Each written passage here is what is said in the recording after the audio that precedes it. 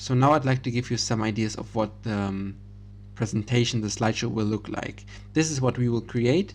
It's a lot different compared to what we've done in modules 2 and 3, and this is really the great thing.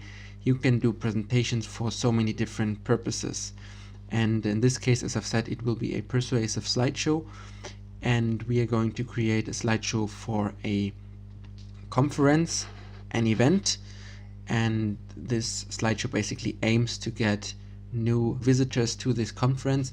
So it's like an advertising presentation, and I can also give you a little insight into the full presentation here. This is what we will create. It's really a very clean and effective presentation that delivers a message, and you will learn how to do this. We will build this presentation together.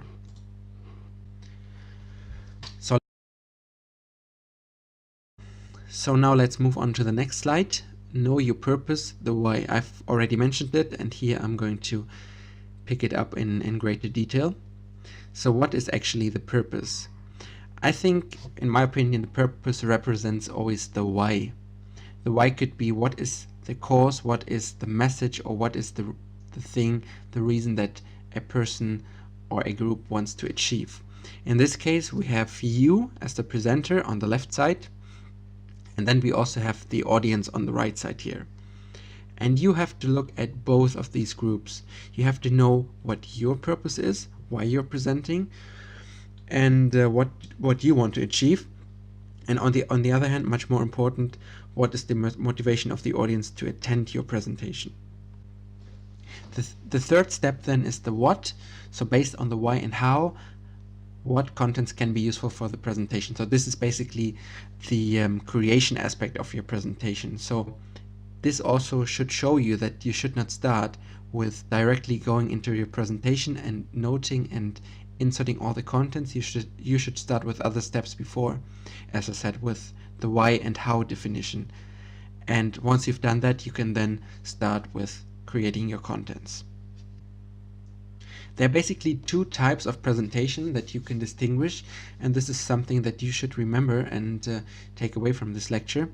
On the one hand, we have informative presentations, and on the other hand, we have persuasive presentations.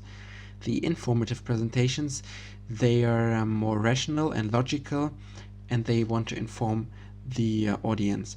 The persuasive slideshows and presentations, on the other hand, they want to achieve something. They want to maybe get the viewer to buy your product, for example, to be convinced by a campaign message, or to be entertained. So it's a completely different setting. It's more emotional, more engaging, and it's important that you remember these two different types of presentations. And also what you see here on this slide is that there are many different variations within these categories. So within the informative category, you can give speeches, meetings, lectures. Then you can have an instructional manual that is also more content related and not so engaging. So many different variations that are possible to use.